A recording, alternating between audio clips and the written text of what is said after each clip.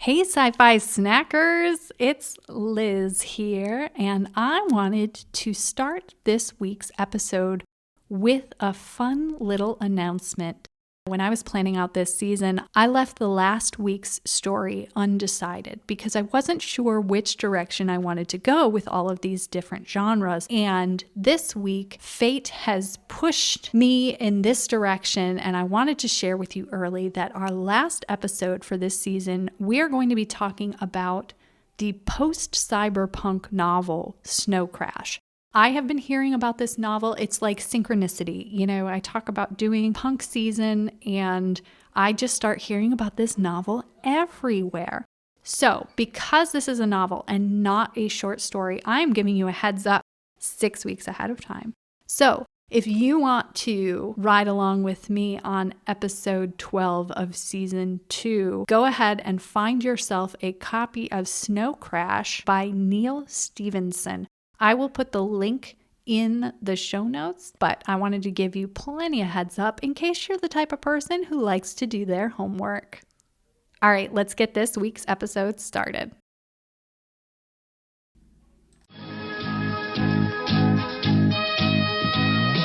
Our computer is picking up a strange signal. Here, sir, you better take a look at it. Hi, and welcome to Sci-Fi Snacks. I'm Liz J. Bradley, a science fiction author and poet who adores short fiction and snacks. Each episode of Sci-Fi Snacks is a short and sweet, or salty, discussion of what I loved, what I learned, and what I snacked on while reading new-to-me short science fiction. As always, links to the short stories are in the show notes, so if you haven't read this week's story, head on over, pick up your favorite snack, and then join me as we discuss this week's story.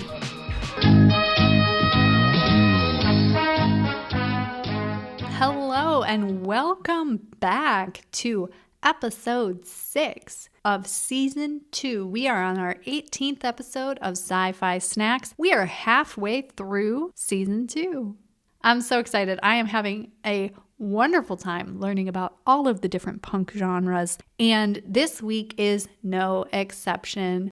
This week we are diving into Dieselpunk, something I had never heard of prior to this, with a Pinocchio retelling. So we've got Dieselpunk fairy tales. This week's story is called Salvage by A.A. Medina. It comes from another anthology. This one is called Grim, Grit, and Gasoline, Dieselpunk and Decopunk Fairy Tales. Salvage is a Dieselpunk short story written by A.A. Medina. A.A. Medina is the co-owner and editor of Aphotic Realm magazine and author of the transgressive horror novella Siphon. When he is not melting in the Arizona sun or rewriting the same 3 chapters of his next book, Medina writes short stories. One in particular may be inspired by the First World War's 9 martyr villages of Verdun and his favorite childhood tale about a magical boy named Pinocchio. Now, we don't get into Decopunk, but I will give you a quick rundown because one of the interesting things I found while researching for this is a lot of stories don't actually label their subgenres, even when they are included in an anthology like this, where we've got multiple subgenres that are tied together. Decopunk and Dieselpunk are tied together mostly by time period, and they differ by vibes. Now, the stories did not actually label themselves as Dieselpunk or Decopunk, but I knew I wanted to read a Dieselpunk story. So I just started at the beginning and I read the first story and I said, that does not seem to be that like gritty gasoline Dieselpunk vibe. And it definitely, I went and read the definitions by the editor of the magazine. And yeah, the first story definitely was more of the deco, like based on Art Deco punk. Softer vibes, still same time period. Again, in this one, it was still a fairy tale retelling, but I didn't really figure out the subgenre until I had finished reading it. So I said, okay, we're just going to read the next story. And that was Salvage. And this one, from the get-go, from the jump, I was like, oh yeah, okay, this is Dieselpunk. Now, what is Dieselpunk? I'm going to pull the definition from this anthology because I thought it was worded really well. But I am going to have you hear something first. I have a 10-year-old son, and he is very invested in the fact that I make this podcast. He loves that I have snacks and that I read stories, and he's just really into it. And when he heard Dieselpunk, he off the cuff made this comment that I was like, oh gosh, like, it was such a 10-year-old comment. I'm going to insert that here, and you're going to hear directly from him. Now it's recording. What did you say about Dieselpunk? Basically, if modern times had a collab with the future. All right, so it's like if modern day and the future had a collab. The kids these days, this is how I know I'm getting old, because kids say stuff like that. And I'm like, I thought that was funny, but never in my life would I define Dieselpunk that way. The definition of Dieselpunk that came from this anthology was, Dieselpunk is like steampunk, except that where steampunk draws its aesthetics from Victorian and Edwardian times and features steam-powered technology, Dieselpunk pulls from a later time period and is much more about the roar of massive engines than bustles and parasols. Steampunk is brass and glass. Dieselpunk is iron and grease. And I just thought that that was a really kind of succinct way of putting it. Relating it to steampunk, which is something that's much more broadly known, is helpful in this case. Not all definitions are it's this but not is not always the best definition. But in this case, I think it gives us that touchstone of we figured out what steampunk is. And so this is like steampunk, but change the time frame, make it a little grittier, make it a little dirtier. And I think that was really well done in this story. Now, whereas sometimes I don't quite know what snack to pair with the story, I paired this snack more with my idea of the genre before I even picked a story. So I decided that I was going to have hot dogs from a gas station. Now, not just any gas station. I went to Sheetz because Sheetz is the best gas station. If you love Wawa, I get it, but Sheetz is better. I say this as someone who went to college in northeastern Pennsylvania and had Sheetz for the first time at 18. It was my first experience. It was definitely like 11 o'clock at night. And you order on a little screen with made-to-order food. And their hot dogs are literally $2 for $1. They are still $2 for $1 to this day, which maybe that's why I love them so much. But we're not going to like deep dive into that because quite frankly, I just love Sheetz hot dogs. I will go to Wawa for their meatballs. Wawa's meatballs are really good. Let's move into the story summary. I already told you it is a retelling, or it's a twist on the Pinocchio story. So we have our main character, Geppetto, and he is named Geppetto in this story. They did not change the names, which I will talk about in a little bit. So Geppetto is a man in this war-torn city. We don't know anything about the war. We just know that the war happened and now the war is over and there's rubble everywhere. Everything's destroyed. All of the young men are dead. We meet Geppetto right after kind of the final battle is the vibe that I got, and the war is over. Most of the young men have died, and we find out that Geppetto was scared, and Geppetto hid. He ran away. He did not fight in this war, and now he's dealing with the aftermath of that. So he's wandering through the city, and he hears some moaning. Like, he hears this young boy who has been injured, and so he follows these sounds and he finds this young boy, and his guilt is consuming him, that all of these young men that he's been gathering their dead bodies, they all died for the cause and for the war, and like he didn't do anything. And so he finds this one young man who is just small and he's on the brink of death, and he does what he can. He brings him home. He nurses him the best he can, but he's like this is not going to end well. He knows it. And this guilt is eating him up inside. And Geppetto is this artist. And so what he does to kind of work through his feelings is he decides he's going to build a monument to all of these young men. And so he goes outside and he starts gathering broken metal, twisted things, gears, like all of the things that you would think about with like steampunk, but gritty and dirty, like all of those pieces, discarded, broken things. And he starts to create this statue, and he decides that he's going to make a small model of it first. So he makes a small model. If you're clever, you've already guessed this small model is his Pinocchio, essentially. And there's this moment right at the end where he goes back in, he leaves this statue. He's like, yes, this is good. I will make a bigger one in the morning. He goes back in to tend to the young boy. The young boy inside dies, and then magic happens. And we are left with this image of this Pinocchio statue outside coming to life. And that's the story. This story is a little bit shorter than some of the other ones that we've talked about. I don't have an exact word count because it didn't give one, and I didn't go through the whole like trying to copy and paste into a word count. It doesn't matter. But the story was relatively short. What I really loved about it was, first of all, it was mixed in the reviews. I've started checking reviews of these stories where I can find them. It tends to, if they're in an anthology that's more likely to have reviews on someplace like Goodreads or Amazon, I like to read them to have that gut check of, well, I thought this, but what did other people think? For me, reviews, I read them after. I've never been a person to read a review and have it be like, oh, well, I'm not going to read that book now, or I'm definitely reading this book because of this review. I tend to read things not just because I'm like, ooh, I like that. There's lots of reasons I'll pick something up, but reviews generally aren't one of them. I like them as a gut check afterwards, more like. So the reviews were mixed in the fact that in this story, even though it was a fairy tale retelling, that they kept the names.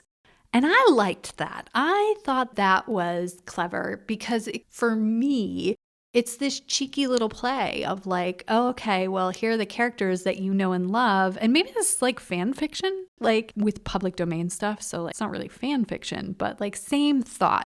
Here are characters that you already know in a story that you don't know. And I think that's kind of cool because you can kind of guess some things, you know, like I could guess where the story was going with the Pinocchio bit because I was like, oh, Geppetto is building this statue. Well, that's going to come to life because that's Pinocchio and that's the story and I know the story. But it was layered differently. So I like when the author makes the choice to either use the name or a similar name. You know, I feel like Cinderella uses similar names, like in all of the million Cinderella retellings. Like we get things that you're like, oh, Ella Enchanted, you know, she is a Cinderella, Ella.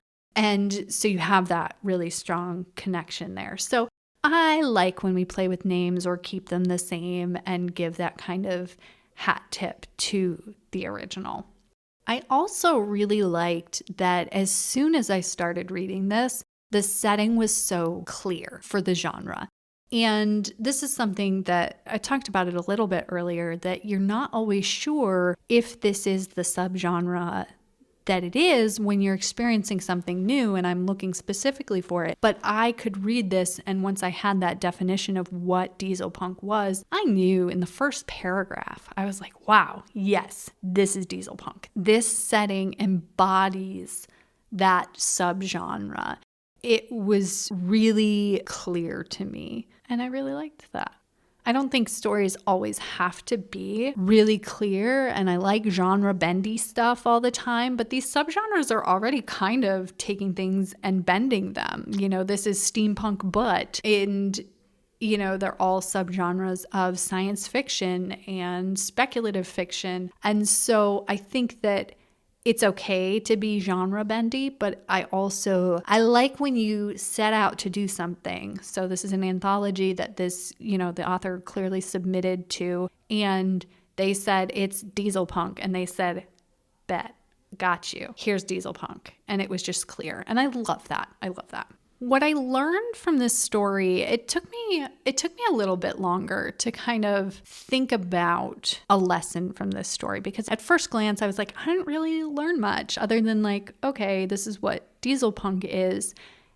But what I realized is, reflecting on this story and reflecting on some of the reviews and thinking about why people had the reaction they did to this story, was I think that this story is one that ended before the real story actually began. It felt like a really great setup for something longer. Now, it didn't tell the full Pinocchio story. We just got this little clip at the end, and it was a fun, cheeky nod, but it didn't feel complete. It didn't feel like it engaged with the source material in a way that was really honoring the full story.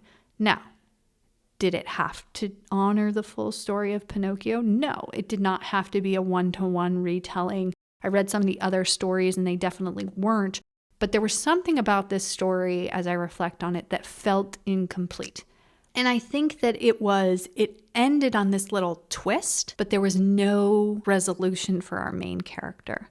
So when you look, the setup was Geppetto has all of this guilt for not being a part of this war, for being a coward. And that never changes. That was the impetus for him to build this Pinocchio statue. But in the end, Geppetto doesn't get relief from that guilt. There is no growth, there is no change, there is no relief. And I think that as a reader, that left me in a place where, I was distracted by the little magic-y part of Pinocchio, and I was like, oh, that was cool. And so I ended the story on a note of, oh, that was cool. But then when I sat with it, I was like, something's missing. And it was that main character's journey. And so I think that there's always the temptation to have kind of a gimmicky twist ending, especially in a lot of types of speculative fiction. That's something that people are looking for. And if you've ever written for a contest, shout out to Writing Battle, one of my favorite writing contests on the internet. If you've ever written for a contest like that, you'll find that doing short fiction, a twist is almost expected. I was at the DC Book Festival this year, and R.L. Stine was one of the headline speakers on the main stage, and he said something about how a story is always, characters, a setup, and a twist, or something like that. I am misquoting terribly. I apologize. I did not take notes, but that was his definition of story, and that's how he's cranked out all of these hundreds and hundreds of stories.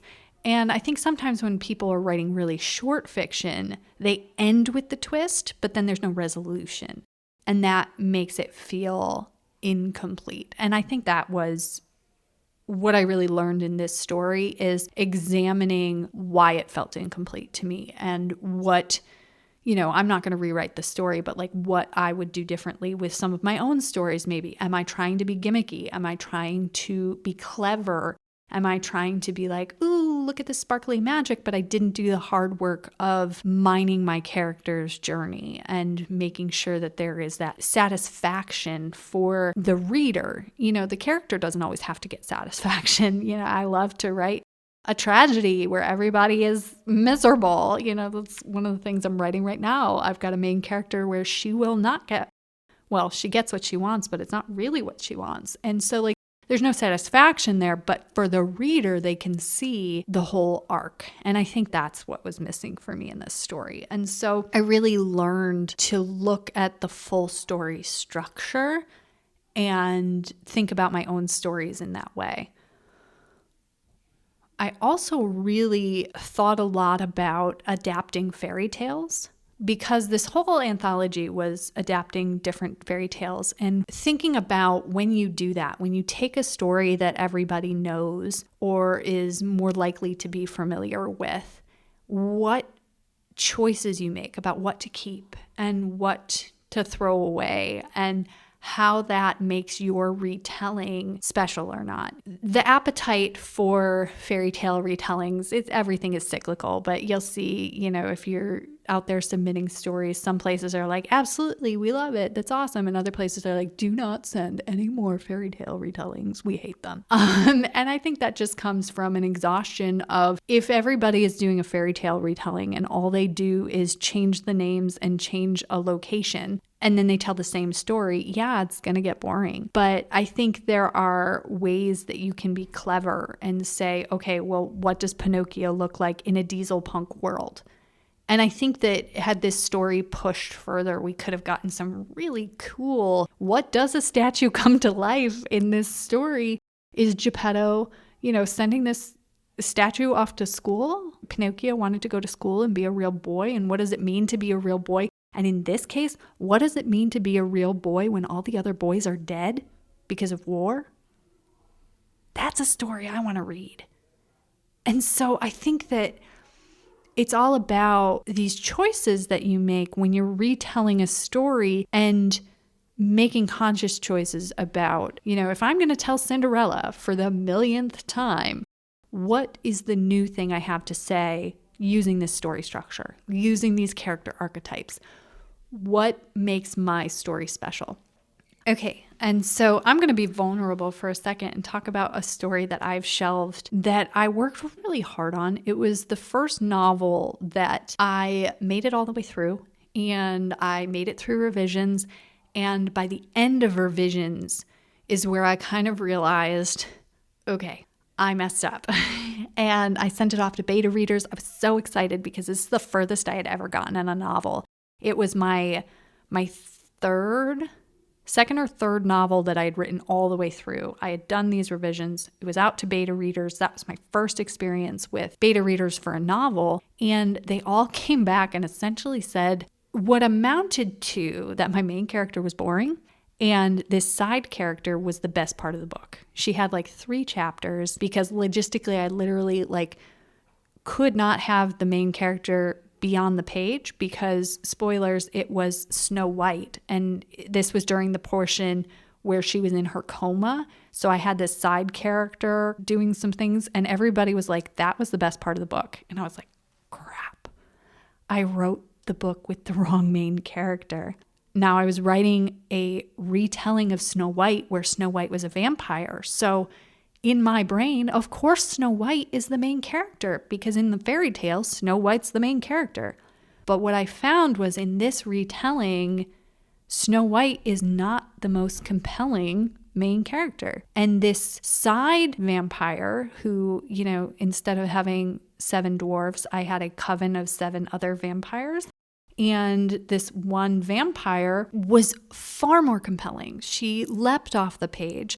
She had real struggles. She had this beautiful, romance subplot. And everybody was like, this is great. I'd read a whole book about her. And so that draft got shelved. I had to work through a lot of feelings about writing a book all from the wrong character's point of view. But I keep coming back to it, and reading this story this week has made me realize, there is a place for fairy tale retellings, and someday when I'm feeling up to it and I want to dive into kind of a dark vampire world again, I'll probably get to it by the time vampires are in right now. They'll go out, and then I'll probably get to it by the time vampires come back around in the cycle of being popular again. So I'll catch that cycle on the next time around. But yeah, it just had me thinking, this story had me thinking a lot about fairy tale retellings and what you choose to leave in and to put out and who your characters are and what is the story you're trying to tell. You don't have to retell the story one for one. In fact, that's probably not the most interesting choice. So in the end, tying this all back around to our Dieselpunk snack of a Sheetz hot dog, I've got nothing. This is the first week, I will admit, I was stumped. I don't see a connection other than the fact that I bought the hot dogs at a place you could also buy diesel fuel. And that's all I've got. But you know what? They were delicious hot dogs. I had onions, relish, and mustard. And if you eat your hot dog any other way, I'm going to say good for you because, okay, brainwave. As many ways as there are to dress a hot dog, there are ways to retell fairy tales. There you go. There you go, folks. That is my super, super strained connection between hot dogs and the story that I came up with right this very second. Thank you so much for joining me and putting up with my malarkey.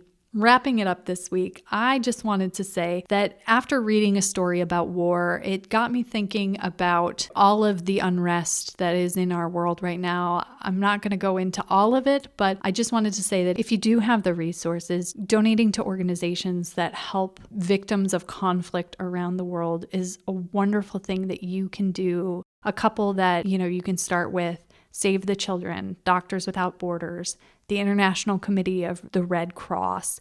Do your research, pick one. If you've got a couple bucks, throw them their way. They do amazing work for people who are victims of wars that they had nothing to do with, and we all have to do whatever it is that we can to help them out. Thank you so much for listening, and I will see you next week.